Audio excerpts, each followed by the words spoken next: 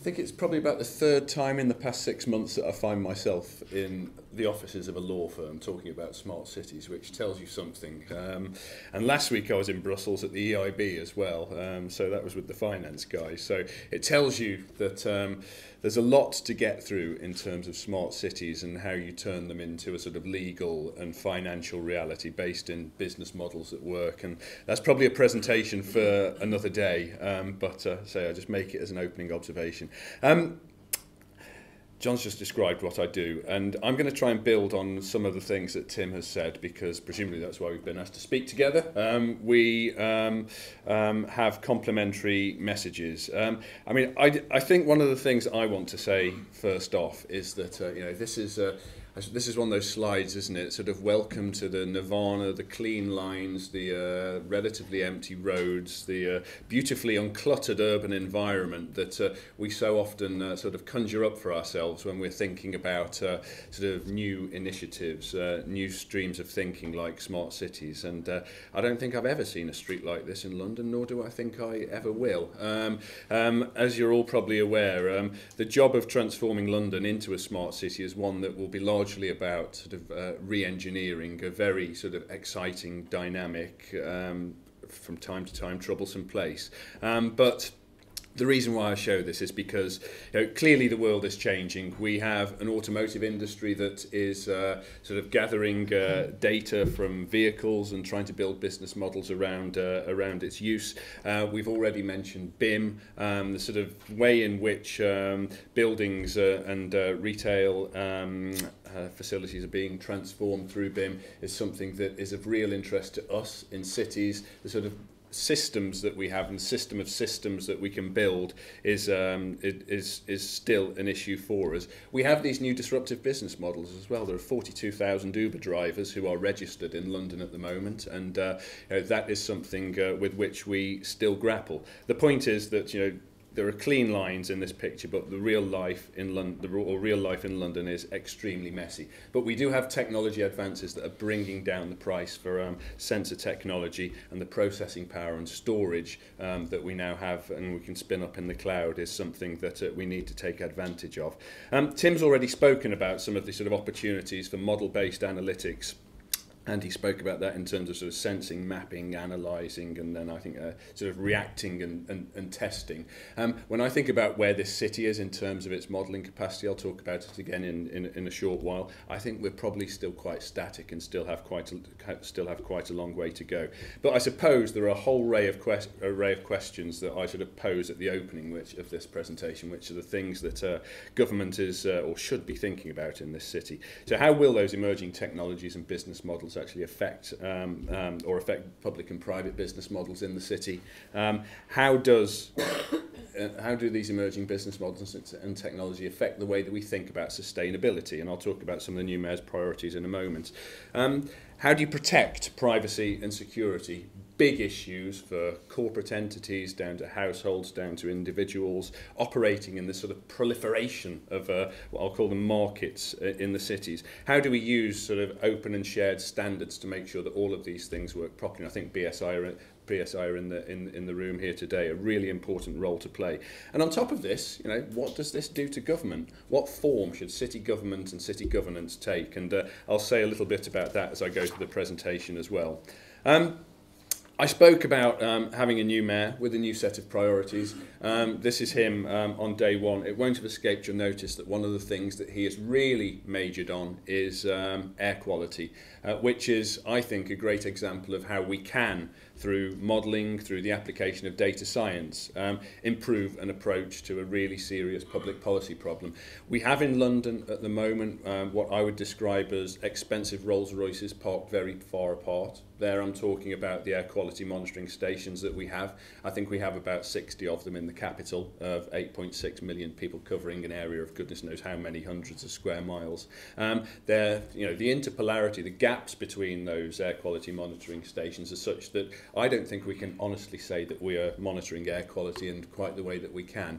I spoke about new forms of sensor technology and the reduced cost of those. You have right at the other end of the spectrum sort of citizen science. people who will put monitors on window ledges, people who are walking around with air quality monitors now, and how do we gather data from those things in a way that is meaningful and that complements the very high quality data with the big gaps in it right at the other end of the scale.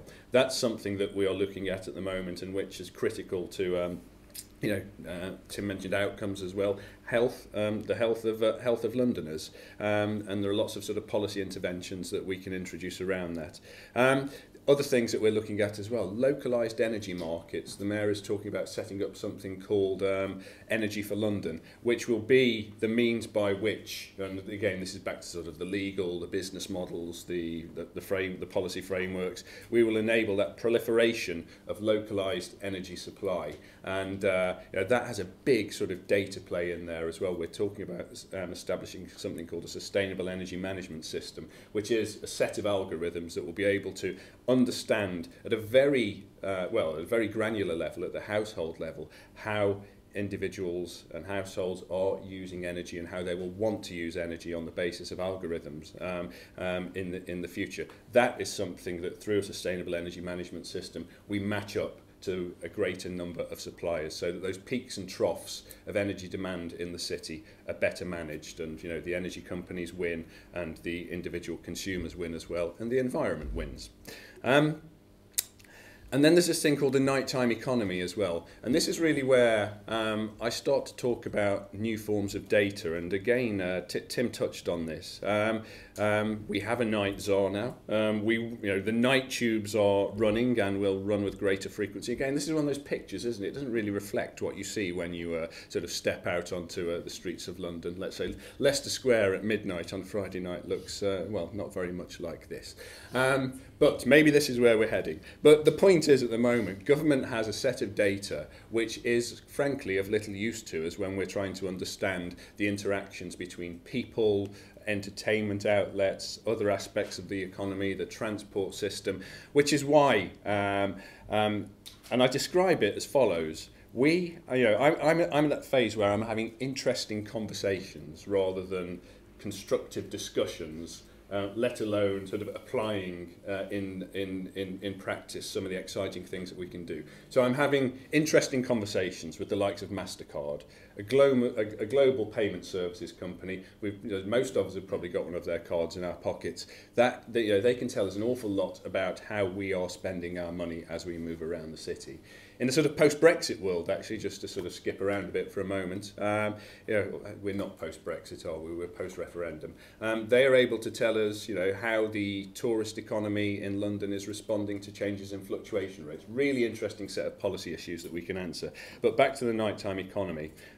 They also run the payment system on the tube as well, so we can start to understand how people are moving around the transport network. Telecommunications companies' data as well. Again, really vital in helping us to understand how people are moving around the city, how they are interacting with the things that they can do in the nighttime economy, and how that policy emphasis on the nighttime economy is actually sort of improving the city or not. So again, a bit of a way to go, but new approaches to analytics and modelling that basically need, I suppose, a more concerted policy effort and some more developments around the treatment of data in cities, and I'll come on to that a little bit later.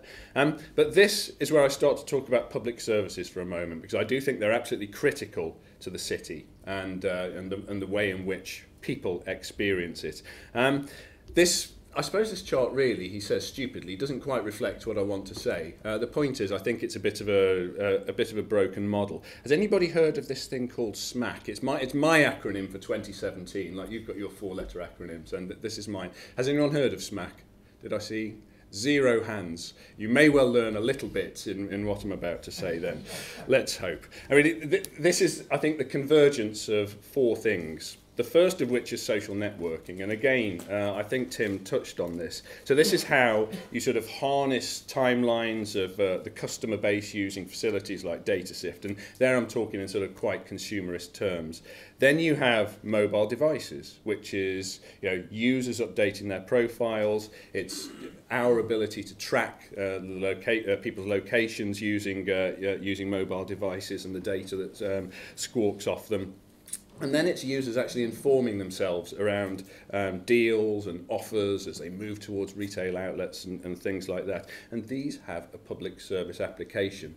The A is for analytics, and this is how you draw using, this is how you use new analytics and new modelling techniques on those first two things. So there are things out there now called graph databases, which are able to spot the links between entities, between people, between objects carrying IoT capacities, and you can and you can draw and you can see where instances are popping up of those. And you can see the links between the entities, how people are moving, how they're interacting with social media, how they are sort of using their mobile devices. And finally, the last one is the cloud, which people often sort of stand up as the panacea to everything, but I think is really important in terms of being able to spin up capacity so that you can run the analytics and then sort of drop it down a gear or two when you need to. Really, and you can obviously do so at a cost that is much lower and much lower than was the case beforehand. But underneath all this actually is, I suppose, this move towards government as a platform, which again I shall sort of talk about in a bit, but also to move towards proper user-centred design for government. I was talking to somebody the other day, and they were actually making the point that even a lot of the sort of good work that has been done in places like GDS, it's still based around organisational silos, and it doesn't quite hit user design in the way that we could. And it's a big, I think, area where we should pay attention when we're looking towards how we design urban services in the future. And I think there's a point here about public services and about local authorities. There's a big issue around sort of disintermediation.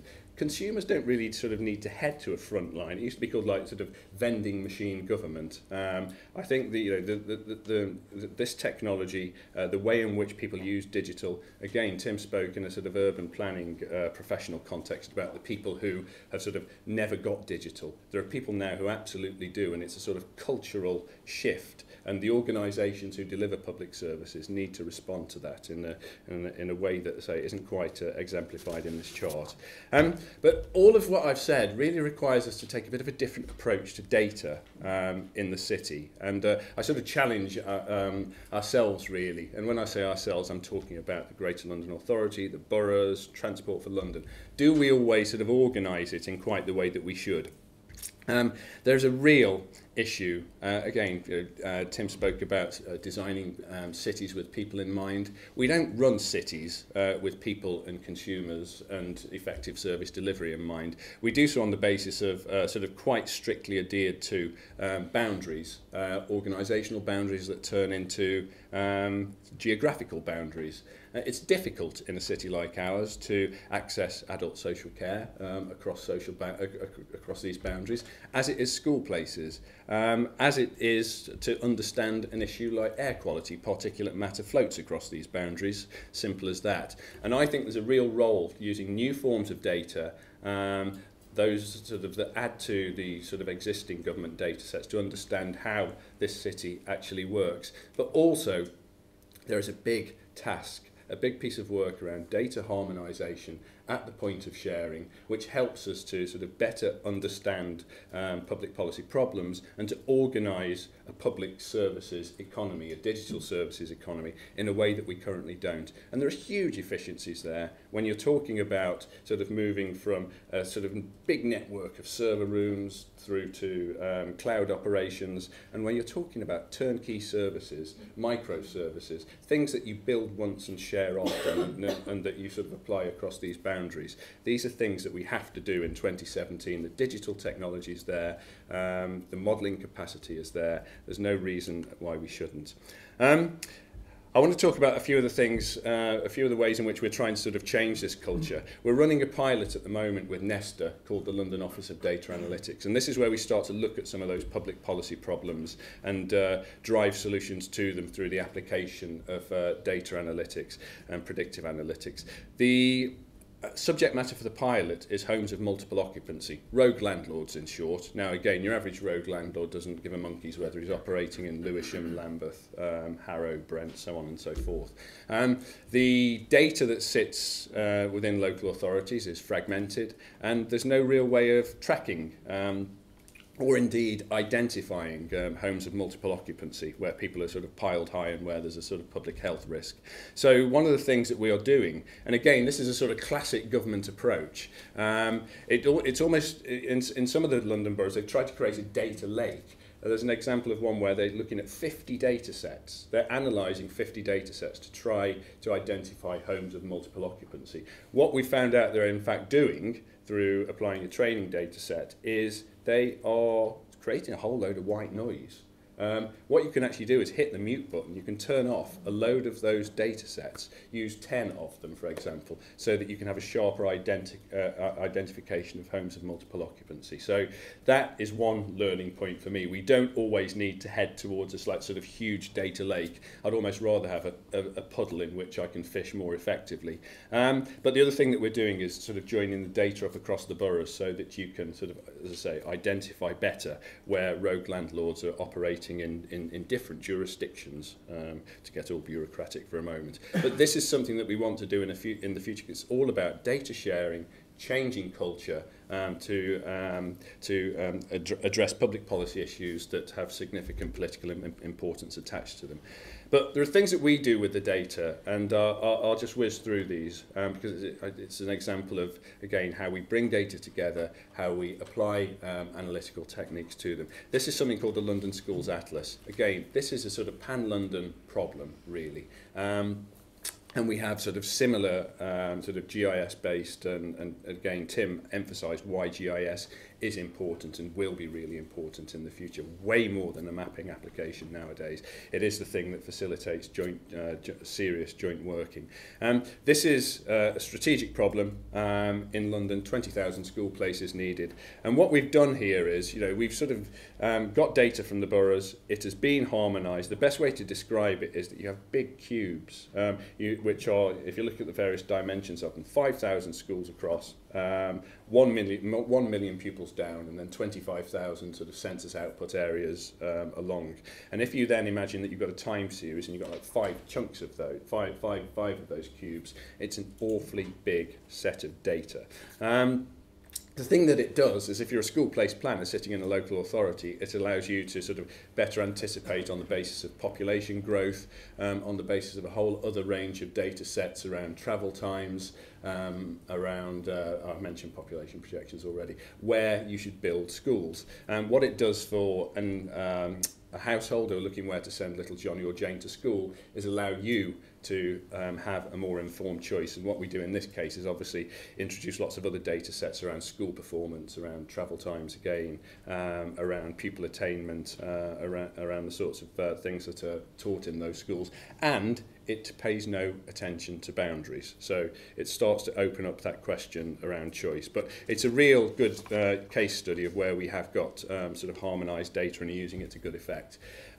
Data stores, again, Tim mentioned these. We have the London Data Store, which I think is great. And I'll be completely frank about it. It's been a sort of totemic thing. It's won us prizes. It's got some great sort of APIs in there from Transport for London. But we have to move it on, and I'll talk about that in a minute. Because it is by and large a very stable but store of static data, and that has to change to hit some of the policy priorities in the way that we can, using some of the techniques that Tim and I have been talking about in the future. But we make the data open. This is how somebody just spins this up on the basis of air quality data, and again, it's just a screen grab, but done in the summer. The point being, plenty of people looking for the healthiest places in which to send their children for exercise during the summer holidays. This is just the tip of an iceberg of the things that we can do with data, and there's lots more air quality data that we can make available. And this is our own attempt at what was yours called, Tim? Sorry, your the work that you're doing with Future Cities Catapult, Tombolo. Yeah. So this is our version of Tombolo, and we've called ours Witan. So we've clearly got between us an appetite for making up names that don't actually mean that much to people in the outside world. Witan is some kind of village elder who knows everything, you know, from medieval English. I'm not responsible for the name, just as it sounds like Tim isn't responsible for Tombolo either. But again, and again, this is the frank admission. Tim's got some great examples of work that TfL do, but there are many examples as well. You know, there's a London plan that's under revision at the moment, and this is developmental work. The truth of the matter is that we're still in sort of spreadsheet government territory. We have population models, we have transport models, we have land use models, we have models, all of which sit in separate spreadsheets. And the interaction between those models is something that we have to get better at understanding and exploiting. And we've got the developmental platforms in place to start to do that now. This one is done on an open source methodology, so you know it's done using Innovate UK money with a small business called Mastodon C who do big data, and you can, you know, if you want to do this in Manchester or Stockholm or some of the other cities that we're talking to, you can take it. And you know, as city government, I think it's really helpful because one of the things that I'm completely clear about is that City Hall cannot do this on its own. We don't have the budgets. In a city like London, there is talent, whether it's in academic institutions or businesses small and large. We need help so that we can properly embed predictive analytics, all of these techniques. We don't have the sort of, you know, the processing power to do this on our own. This is from the programme that was mentioned in the introduction called Sharing Cities, and this is where we are starting to look at sort of IoT and censoring up a demonstrator area in the city down in the Royal Borough of Greenwich, focusing on three things: people who need to take advantage of these new digitised public services, place and platform. Now, you know, those are just three words that start with P. What are we actually doing? So retrofitting technology to buildings to make them more energy efficient, providing smart lampposts with LED lighting that have 13 other sort of use cases attached to them, so that we can sort of better sense the city and sort of create policy responses to it. We're developing this thing called an urban sharing platform, which actually is the sort of next stage data store that I'm talking about. It is the data platform that will be able to handle data at the volume, at the speed, that will allow us to sort of properly sort of, I suppose, react and test in the way that Tim was describing to some of the to some of these services that we're introducing. And then there's a whole load of sort of mobility solutions that we're introducing as well, again, all of which are creating lots of data from last mile logistics through to electric car sharing. Where next? How am I doing for time? Have I got... You've got enough time to run through this slide. Oh, crikey. Right, okay. Right, new forms of... I should be quick then. What are we doing? I said we'd organised a sort of city data strategy. This really is trying to put a framework around data and how it's to be used in the city. I've mentioned different forms of data. They require different treatment. You know, there's serious questions about data ownership, around data privacy, around data security. What we want to do through this, though, really, in its simplest terms, is to make sure that data is treated in an honest and open way, that public services can be improved, and that we can actually promote the use of data around specific policy needs in some of the ways that I've been talking about. We want to develop a data marketplace. I've said how important data sharing and standards and APIs are. We want to also sort of really organise a pipeline of data release that is based around policy priorities, and it's got a technology roadmap in there that says how we move from a data store that we have at present through to that urban operating platform that I was talking about that allows us to share data securely. I'm going to whiz through this super quickly because it's just saying how we are trying to move to that analytical data store and away from just an open data approach, and that will allow, on a base of sort of permissions, the various bodies around that chart, central government researchers, boroughs who we want to bring more data into it, and to use a wider set of data in that analytical data store. And this really at the top in the sort of yellow ellipse is where we are starting to look at how we create that data market. There are companies like Hitachi Consulting who in cities like Copenhagen, which are a darn sight smaller than London, who are looking at data markets at the moment. Well, they have one where you can sort of sell your data, whether you are a part of government, whether you are a private business, and you know, there's a sort of a pricing approach there that's quite interesting. And as a lot of the sort of IoT data that is coming off the sensor system comes into the system, then again we think it's something that we as a city have to look at. Penultimate slide. Government as platform is something that is often spoken about, and I'm quite realistic that we are never going to have one data store in London. You know, there will be local authorities who have data warehouses and their own data platforms. The thing that I am really keen to ensure through the application of open shared standards is that we have interoperability and that we have and data discovery that will then enable that sort of secure and reliable flow of data into secure data sharing environments where we can apply the analytical tools to address the policy problems. Government as platform, I think, is really interesting. Again, you know, platform, it's a P word again, but somebody delivered a really quite interesting set of stats, and this is the point on which I'll draw to a close.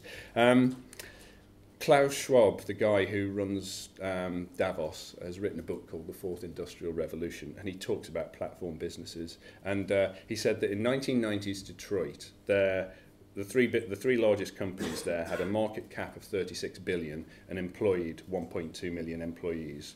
Now, skip to 2014 and Silicon Valley, and the biggest three businesses there, and we all know what happened in Detroit, have a market cap of 1.09 trillion and they employ 137,000 employees. So there are serious sort of organisational issues. So it's fine people like me talking about government as platform and new business models and talking about acronyms like SMAC and things like that. But this is why I ask a sort of rhetorical question of chief execs, which is in London boroughs, which is, do you know the word blockchain? You'll get 33 of them who put their hands up. Then you say, do you understand what blockchain does? A lot will put their hands down. And then you hit them with the third question is, do you understand the impacts, positive and negative, of blockchain on your business? And practically everybody's hand goes down. And that, for me, is the point. We have a sort of tremendous opportunity with data and digital and smart technology in this city. But when you start to think about the way in which platform businesses have changed or the effect that they have had on the way that consumers react, on the way that consumers behave, and on the labour market, then it will have serious implications for public services in London. Which is why, to me, this is all about the sort of 80-20 rule. We can talk about technology until the cows come home and data, but you know, whether it's organising ourselves better around the stuff, improving public services, it's a big cultural and organisational play in a city like London. I've made all these points. I'll just leave them up there and be quiet. Yes. Thank you.